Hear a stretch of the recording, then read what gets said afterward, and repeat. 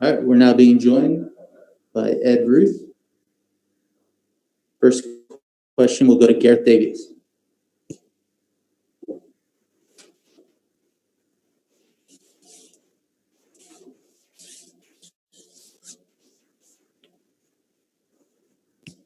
All right, we'll try that again. First question will go to Jay Anderson.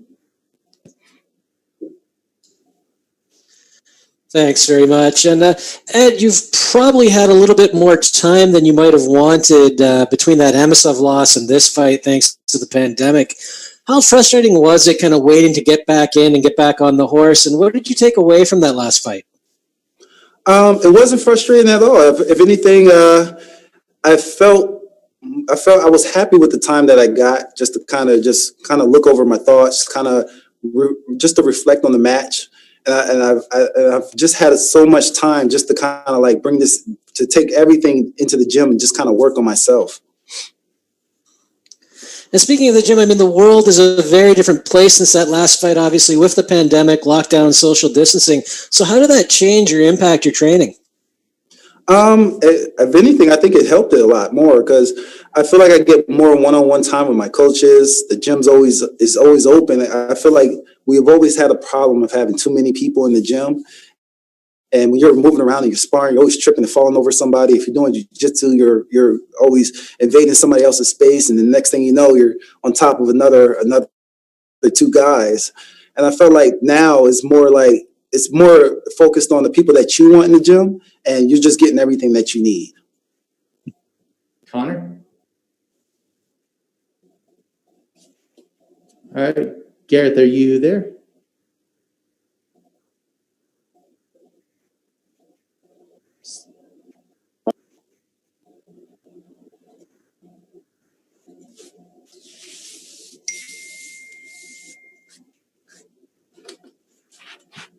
Let's try that again. Hello, can you hear me? We can now. Go ahead. Oh, thank you. Ed, how you doing? Doing great, man. Yourself? I'm good, thank you. Very good indeed. How has lockdown been for you? It's been very isolating, but other than that, it's been good. I can't really complain. All I've been doing is just trying to keep my mind busy. And, you know, a lot of us have learned things about ourselves in lockdown, you know, kind of maybe deeper things. Have you, you know, obviously because everyone's had to have that pause that's been kind of pressed upon us. Are there things that have occurred to you, about your life during the last 6 months? Oh man, it's just, I've taken up the guitar. You know, I felt like, yeah, I felt, I was like, wow, I spent so much time just sitting around, just build a skill. And, you know, somehow I settled on the guitar. I heard somebody playing the guitar one day, and I just picked it up and started doing it. And, you know, it made me realize, I was like, wow, I'm more of a creative person than I thought. And I kind of started to look at my life in a little bit more creative ways. And, you know, how good have you got? Or what are you prepared to play in front of people yet? Will you play the guitar after victories? Are you there yet? I could play probably just like a solid 4 beats, but other than that, no, I'm not too good yet. I just started, so I'm about 2 months deep. I'm just learning the fretboard and everything, and learning my pentatonic scales and everything. So we're just taking it from there. Is it something you're going to stay with, though? Oh, of course. I love learning new things. Whenever I get latched onto something, it's hard for me to pull myself away. You know, that was kind of what kind of brought me into MMA. I started doing MMA, and I just couldn't pull myself away from it. I was like, wow, there's jiu-jitsu. Wow, there's Muay Thai. Wow, there's boxing. There's kickboxing. There's judo, and all this stuff is useful in the fight. So music is like the development of another side of yourself, but I suppose we could say MMA is very creative as well, you know, but physically, you know. Oh yeah, I see it both as the same thing. You know, I feel like the more creatively you put everything together, the same thing with music. The more creatively you put these notes together, you bend this note, you you cleanly pick the strings. It's the same thing with MMA. You know, if I cleanly throw my jabs or my sprawls, or if I'm doing a little bit of jiu-jitsu, I'm paying attention to my fundamentals, everything goes a lot smoother, a lot easier.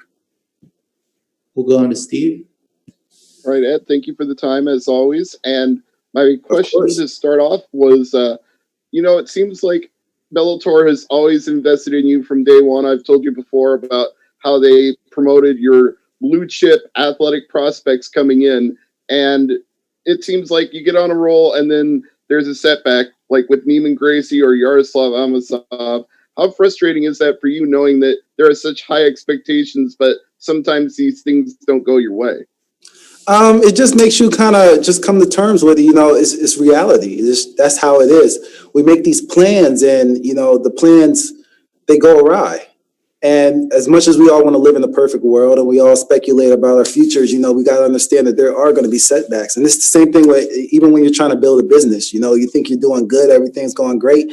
Next thing, a storm comes in and then it's flooding all your merchandise. You can't really prepare for those things.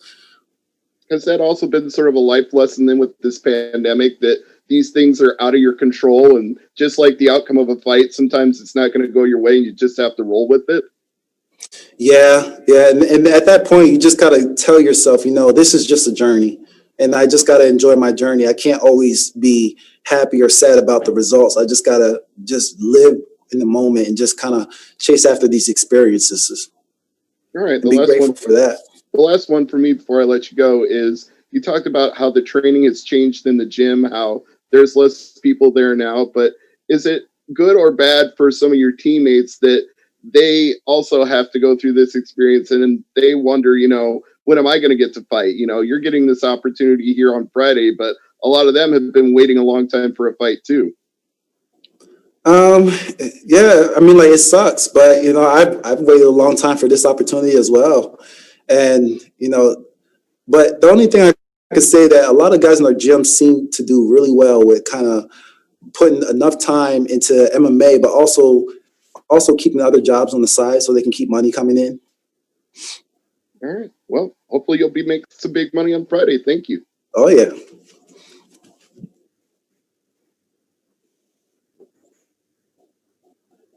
Connor? She's still there? I already asked my questions. Thank you. Sorry. We'll go to Zach. Hi, Ed. Thanks for the time today. No problem. So the first question I want to ask is, after the first loss to Neiman Gracie, you did go on a very good 2-fight winning streak.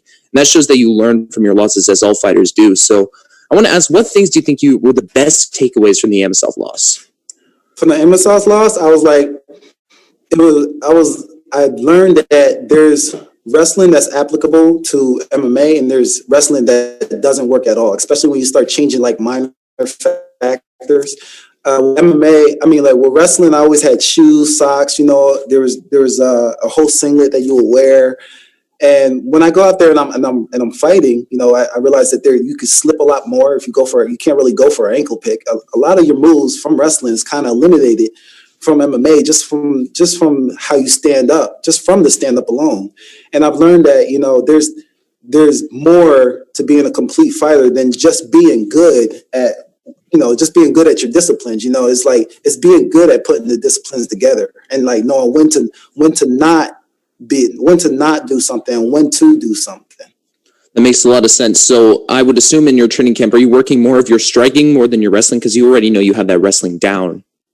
I've been working a lot more on wrestling because I wanted to tie my striking and my wrestling together better. And I felt like in my earlier fights, I haven't been doing that just because when you go out there and like nobody knows how nervous a guy is, you don't even know how nervous you are yourself.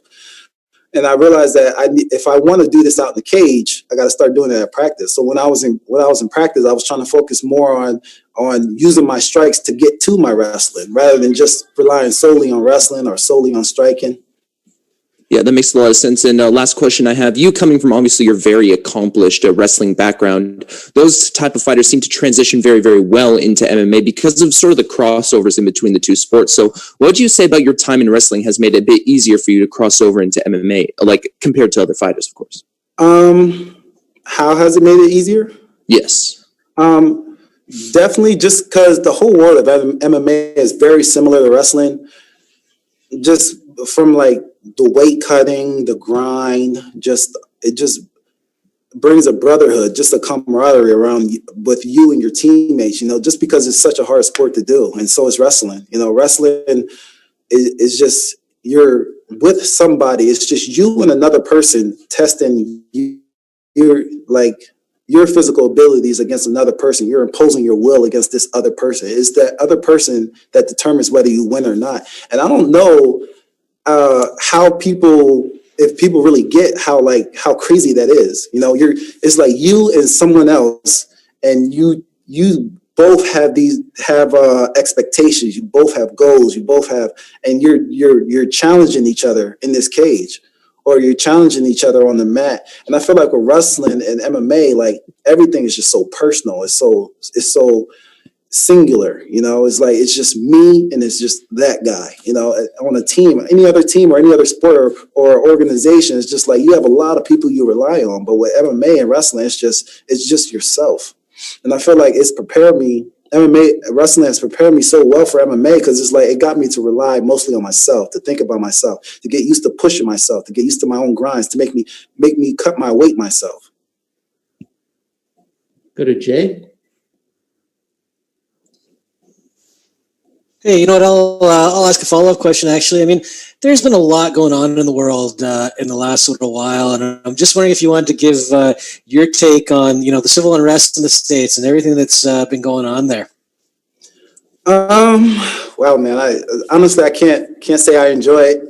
It's just everything is just such a crazy time. It's like I'm walking down the sidewalk and people are walking in the street, so they're not walking on the sidewalk next to you, or some people cross the street. It's like, honestly, I really don't know what to say about it. I'm just hoping that the quarantine and everything ends soon. Hopefully that there's a breakthrough, or there's just a drop off, or the pandemic, the virus dies. I'm just looking forward to that. But I'm trying to stay optimistic.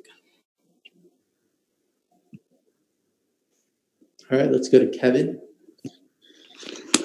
Hey, Ed, one of the big questions I wanted to ask you was, being slotted into the main event, how did you handle that? And also, you were one of the last cards that Bellator had a live audience. So, going into this fight, how does it feel going from a main event slot to being in the main card, but not in the main event?